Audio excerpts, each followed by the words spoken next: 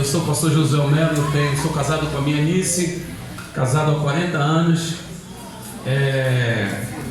Tenho duas filhas, uma filha, a minha primogênita é Marcela. Marcela é uma pastora, é psicóloga também, mas ela abriu mão da psicologia para pastorear. O que mais a gente faz como pastor é exercer a função de psicólogos, né? Hoje em dia principalmente. Tenho também a minha caçula, tem 33 anos minha caçula, minha Marcela tem 36, e a minha caçula é esteticista, agora trabalha na intercessão da igreja, está lá na igreja agora na correria dela. Eu falei, filha, vamos com o pai, eu tenho que trabalhar na igreja, tenho responsabilidade. Amém. Já me deu muito trabalho ela, mas hoje ela fala assim que tem que trabalhar, alguém tem que trabalhar, eu fico feliz, porque só Deus sabe as coisas que nós passamos, mas Deus é sempre bom. Eu hoje estou como pastor na comunidade, no Ministério Evangélico Palavra de Vida, na sede, auxiliando o pastor Luiz Fernando. O pastor Luiz Fernando está na Bolívia, meu pastor foi para a Bolívia na quarta-feira, está pregando lá, só volta na terça. E ainda hoje falei com ele por WhatsApp, ele disse assim, mande meu abraço para o pastor, para a pastora, para toda a igreja. Até falou meu como se conhecesse, né? Não deve conhecer mesmo. Mas ele me abençoou para estar aqui abençoando a vida de vocês. Eu gostaria de dizer para vocês que eu até parabenizei o pastor no começo. Quando eu cheguei aqui, uma igreja viva, uma igreja leve para cima. Eu só fiquei rezando ali na porta, porque estavam mandando entrar dançando. Aí eu falei, o que eu vou fazer? Aí já comecei a orar ao Senhor, me cobre com teu sangue, tem misericórdia de mim. Aí tinha um casal abençoado que estão ali, me deram uma lição, já entraram dançando na frente. Eu falei, eu aqui. Mas graças a Deus eu perguntei para a irmã, eu posso entrar? Ela pode, abriram. Eu não paguei o mico, senão ia fazer feio aí na filmagem de vocês. Bom, gente, eu quero dizer para vocês que a Bíblia diz que Deus habita no meio dos louvores do seu povo. Então, se não existe dúvida que Deus está aqui. E eu queria, pastor, mas não só para os pastores, para a família pastoral, mas para cada um de vocês, para cada família de vocês, eu queria liberar, antes de pregar, um desejo profético sobre essa igreja. Quando eu entrei aqui, eu vi que eu tenho que fazer isso. Eu percebi que eu preciso liberar, verbalizar um desejo profético sobre essa igreja. E o meu desejo profético para essa igreja, que está completando 8 anos, é que nesse novo ciclo que se inicia agora, na vida de vocês, na vida da família pastoral, na vida do Ministério de Louvor, na vida de todos que estão aqui, vocês vão viver o inusitado. O que é o inusitado? O inusitado é aquilo que você nunca viveu, é aquilo que você nunca viu, é aquilo que você nunca experimentou. Então, nesse novo ciclo que está se iniciando na vida dessa igreja, você vai viver o inusitado de Deus. E o inusitado de Deus é um novo de Deus, é um novo tempo de Deus, sabe? É uma nova era de Deus, é um novo mover de Deus. Eu até arrisco a profetizar que até esses 8 anos essa igreja fluiu numa unção, mas Deus está renovando a unção, pastor. Deus está renovando a unção na casa, no louvor, na adoração, na pregação da palavra, nas profecias, sabe, na vida, na sua família, na sua casa. Deus está renovando.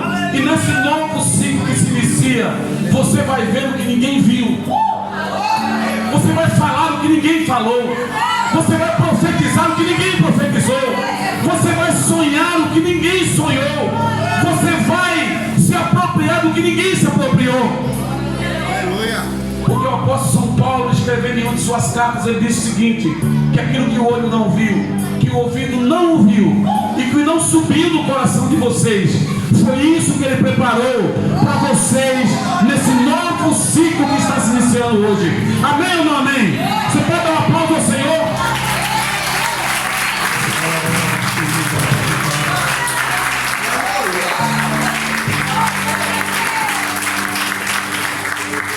Sabe, irmãos, eu estava falando com o pastor pelo WhatsApp, perguntando para ele qual era o tema, e aí ele me disse que tinha um versículo, 2 versículos lá em Gênesis capítulo 12, que já foi lido aqui, e eu fui buscar ao Senhor,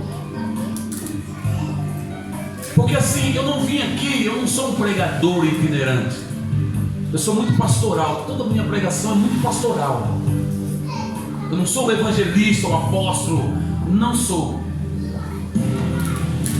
Até falei para o pastor Silvio, mas o senhor sabe que eu sou só pastor pastoral. E eu disse para o pastor que eu precisava saber o que está acontecendo aqui, porque eu não queria chegar aqui e fazer uma carreira solo. Se os pastores dessa casa estão edificando casa para Deus, eu quero saber qual fileira de bloco que está, que tipo de cômodo vocês estão levantando, o que vocês estão fazendo, para mim não chegar aqui e a família pastoral está aí construindo, por exemplo, uma sala, e aí eu chego com o pregador itinerante, aí eu vou e começo a construir aqui um quarto. Não, eu sei que os pastores dessa igreja estão edificando casa para Deus. Então eu quero chegar aqui para contribuir para que essa casa seja levantada. Não vim aqui para trazer uma nova revelação, uma nova mensagem. Eu vim aqui trazer uma palavra de Deus. E aí eu fico com a responsabilidade muito grande, porque eu fico orando. Eu cheguei, fazia meia hora que eu cheguei aqui. E eu fiquei no meu carro orando ali na frente da outra igreja. Aí saiu o pessoal da outra igreja, ficava olhando, será que esse não vai sair? Eu fiquei na frente da igreja, aqui na frente. Mas eu estava orando lá, Senhor, tantas pessoas, eu estou vendo daqui tantas pessoas.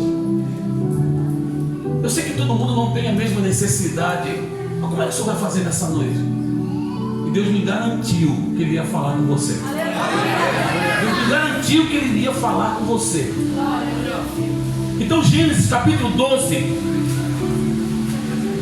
versículos 1 e 2 diz assim: Ora, o Senhor disse a Abrão: sai da tua terra, da tua parentela e da casa de teu pai, para a terra que eu te mostrarei.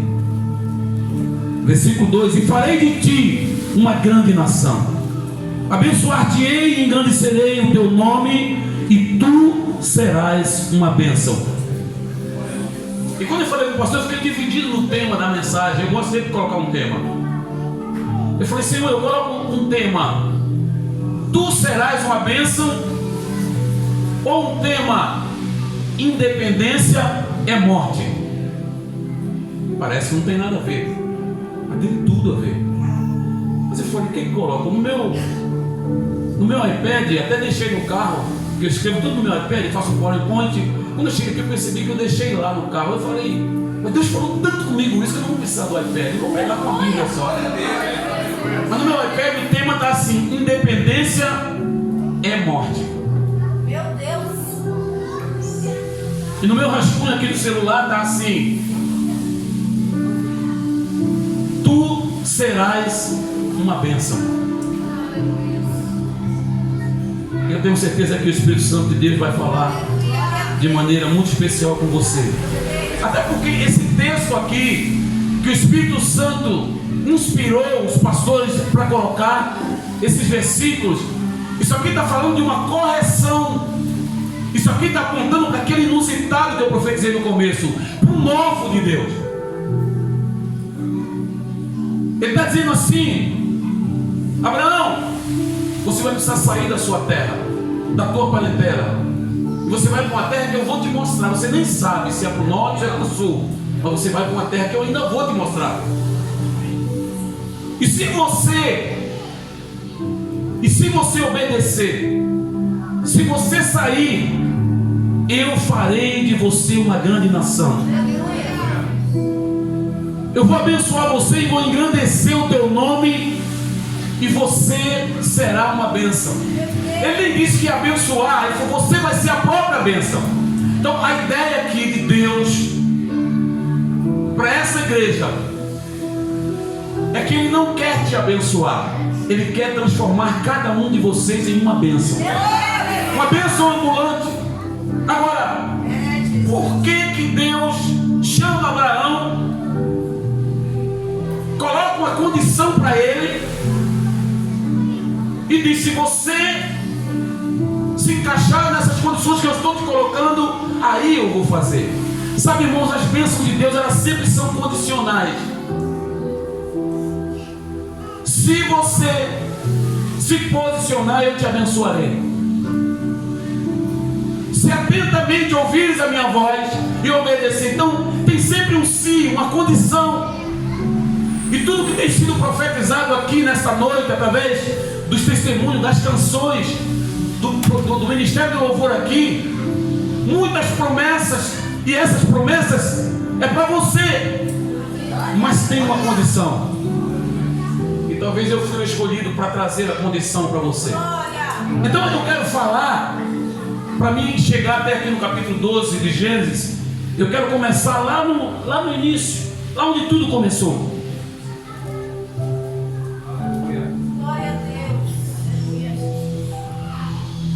Eu quero falar sobre o projeto original de Deus. Aleluia.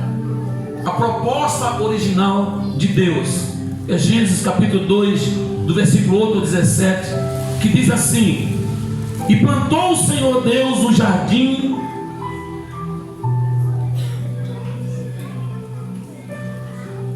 no Éden, do lado oriental, e pôs ali o homem que tinha formado.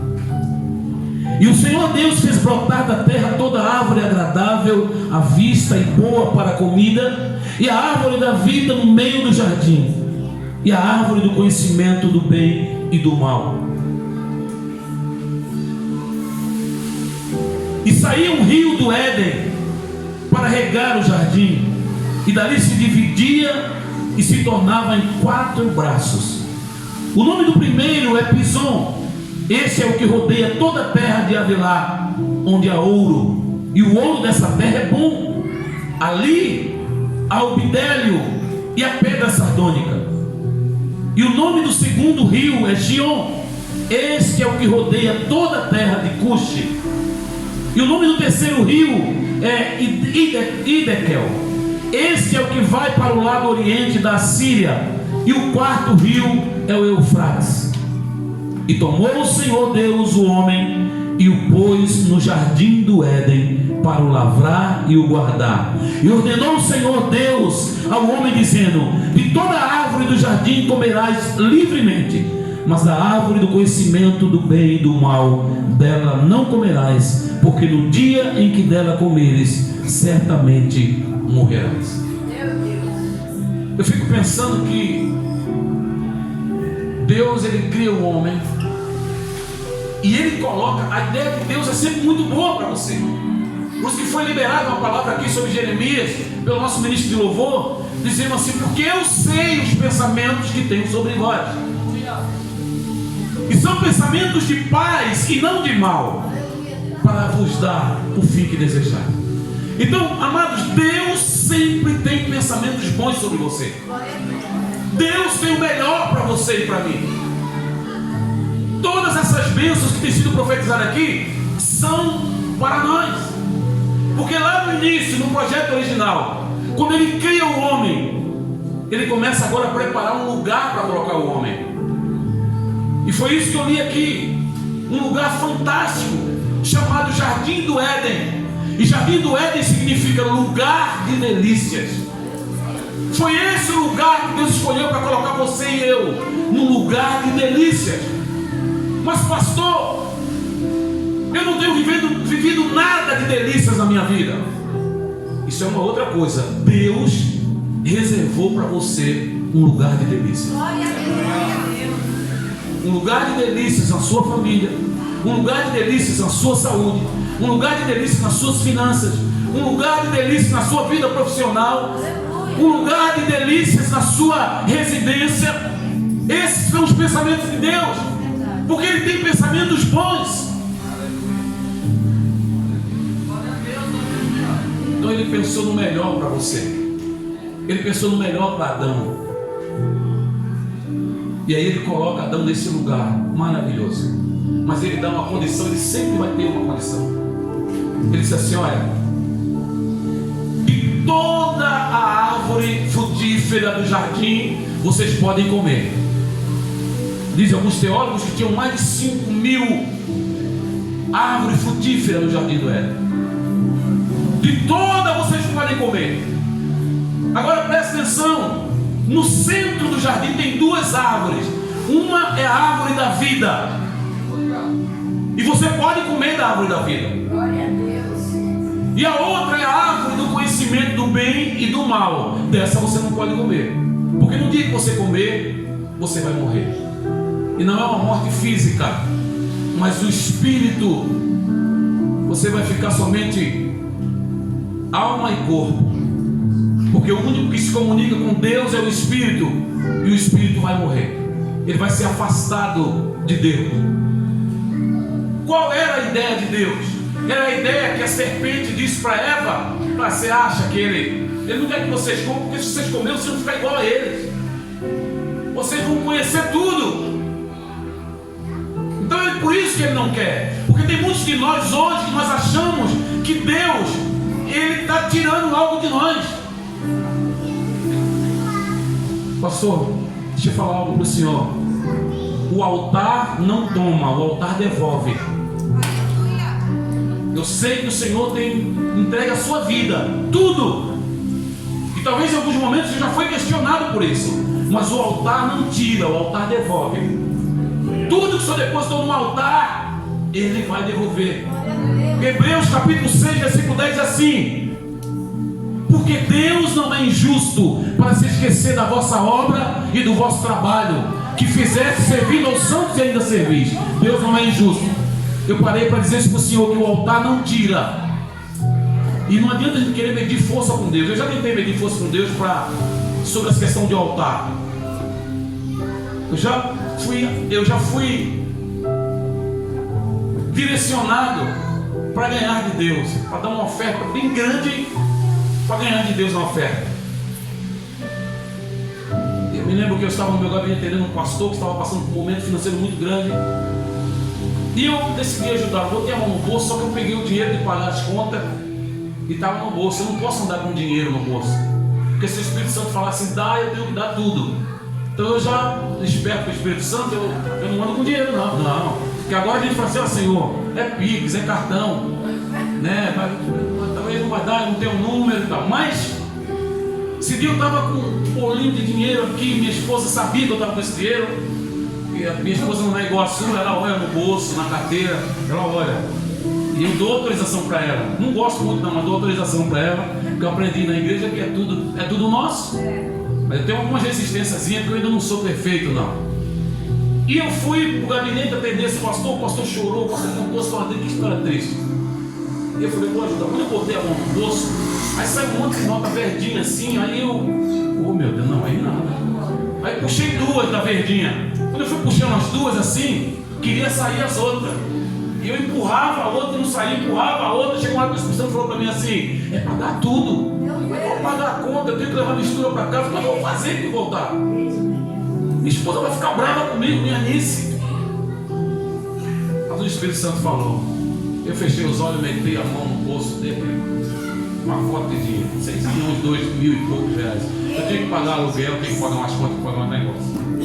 Mas eu falei assim: quero ver mesmo se ele é bom mesmo. Vou dar uma oferta maior do que ele. Olha, besteira ali. E aí eu botei na mão do pastor, o pastor regalou o olho. Que isso, pastor? Leva logo, porque já está uma luta aqui para me te dar isso aí. Você não sabe a briga aqui dentro do Espírito Santo. Não, releva logo.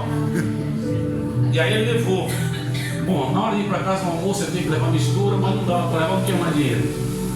Cheguei em casa, dona disse: você veio de mão vazia? Eu falei: não tinha dinheiro. Como não tinha dinheiro para comprar? Não tinha. Eu vi quando você saiu, tinha um. Falei: mulher, mas o que aconteceu? O Espírito Santo mandou eu dar tudo. O Espírito Santo? Foi o Espírito Santo. Você estava brigando mesmo por causa de 2.700, pensando Maria, né? Quando ela teve que dizer para o noivo dela, José, que ela estava grávida. E José: grávida você? Eu nunca dormi com você. Não, José, calma. Eu sou grávida do Espírito Santo. Imagina, meu irmão. Que a gente não pensa nisso, né?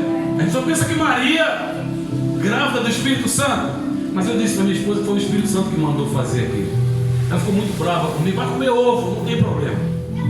Eu comi ovo, mas eu achei que eu tinha dado uma oferta muito grande, que ninguém poderia superar aquela oferta. Dia seguinte, eu estou no meu gabinete atendendo uma senhora. Minha secretária ligou da secretaria e disse assim: pastor, tem um adolescente aqui que ele veio trazer uma encomenda da avó dele, que é de uma outra igreja, da igreja Shekinah na época lá. Mas ele encomenda, pega aí, depois não, ele disse que tem que pegar na sua mão. Mas é grande, então não, está no bolso dele. Tá bom, peço para ele entrar aqui. Aí ele entrou, ela levou ele até ele entrou. Aí ele disse assim, a minha avó disse que Deus mandou ela trazer isso aqui para o senhor. E aí, eu falei, amém. Aí ele tirou o envelope estava mais gorda do que eu peguei. Aí ele me deu aquele envelope, eu fiquei com meio vergonha, porque estava lá a irmã que eu estava atendendo. Aí eu peguei, você não vai contar, né? Está atendendo, né? Aí peguei, botei na minha gaveta, já fiquei pedindo a Deus ali para aquela irmã saísse logo da sala, eu queria contar, curiosidade. E eu, meu Deus do céu, e a irmã ali chorando, e eu tentando sentir a dor dela, mas eu estava pensando no que poderia estar dentro ali. Mas graças a Deus a irmã foi embora. Fiz uma oração bem rapidinha por ela, foi, e aí eu já fechei, não entra ninguém aqui. Eu fui contar, né? E eu vi o Espírito Santo dando uma gargalhada na minha cara. Porque, meu irmão, acredite, eu jamais acreditaria nisso. Foi 5 vezes mais do que eu tinha dado. Nunca aconteceu isso, nunca aconteceu. Somente porque eu desafiei. Porque às vezes a gente acha que está fazendo muito para Deus. A gente não, agora hoje eu fiz muito para Deus, hoje eu dei isso. Irmão, o altar ele não toma, ele devolve. Deus é um pai que ele não tira de você, ele te dá. Então não se preocupe com o que você está dando, teu tempo, tua dedicação, teu talento, sabe, teu tempo de oração, de consagração. Fica feliz. Você está dando para quem não precisa. E se não bastasse ele não precisar, ele tem o prazer de se derramar sobre você. Então Deus fez o jardim do Éden. Eu cheguei em casa, eu não podia deixar de contar isso para vocês, né? Imagina, irmão, com aquele pacotão no bolso. Cheguei em casa, quando eu entrei, ela achou que ia comer ovo de novo. Eu já passei no mercado ali no Astúrias, estou morando na Praia dos Astúrias. Eu já comprei já uns 2 quilos de pescado, daquela mascada, daquela boa, já botei na mesa e peguei o pacote assim, joguei na mesa. Aí, ó. Reclama agora com o Espírito Santo. O que é isso? Ontem eu falei para você que eu dei aquela mixaria que o Espírito Santo mandou. Olha aqui, ó. Ela ficou olhando para mim. Sabe o que ela fez, irmão? Vou falar para você. Ela teve uma capacidade. Ela não se sentiu culpada, não. Não se sentiu culpada, pastor. Ela veio para cima de mim e deu um beijo na boca. Eu pensei que ela ia ficar quase endemoniada, né? Fiquei culpada, né? Porque ela brigou comigo porque eu obedeci o Espírito Santo. Ela veio me dar um cheiro na boca, me agarra. Bom, por favor, eu vou passar essa parte aí. Vamos voltar lá. Então Deus criou o homem e Ele colocou o homem no lugar de delícias, no jardim do Éden. Interessante que naquele lugar Adão não precisava fazer faculdade, não precisava trabalhar. Ele já era biólogo, ele já era tudo. Ele dava o nome nos animais, ele comandava tudo. Mas aí tinha a recomendação. No centro do jardim tem 2 árvores, uma árvore da vida você pode comer também. E tem a árvore do conhecimento do bem e do mal, essa não. E às vezes quando Deus diz não para você e para mim, às vezes quando o pastor diz, meu irmão, não é por aí, não é esse o caminho. Quando o líder fala, não é esse o caminho, a gente fica bravo porque a gente queria. A gente acha que Deus está sendo mesquinho. A gente acha que Deus não está querendo que você seja feliz.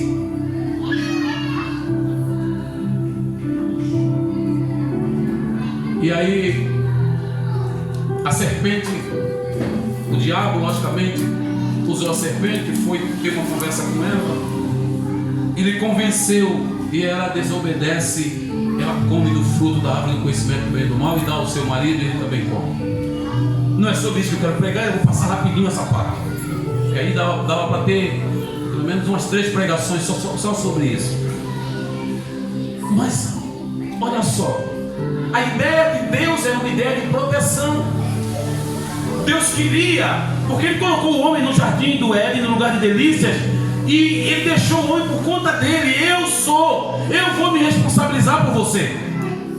Só que para me responsabilizar por você, você tem que depender de mim. Depender de mim. Por isso que eu falei, independência é morte. Ainda que Tiradentes disse lá atrás, 21 de abril, ele disse: independência ou morte, que é o grito da independência.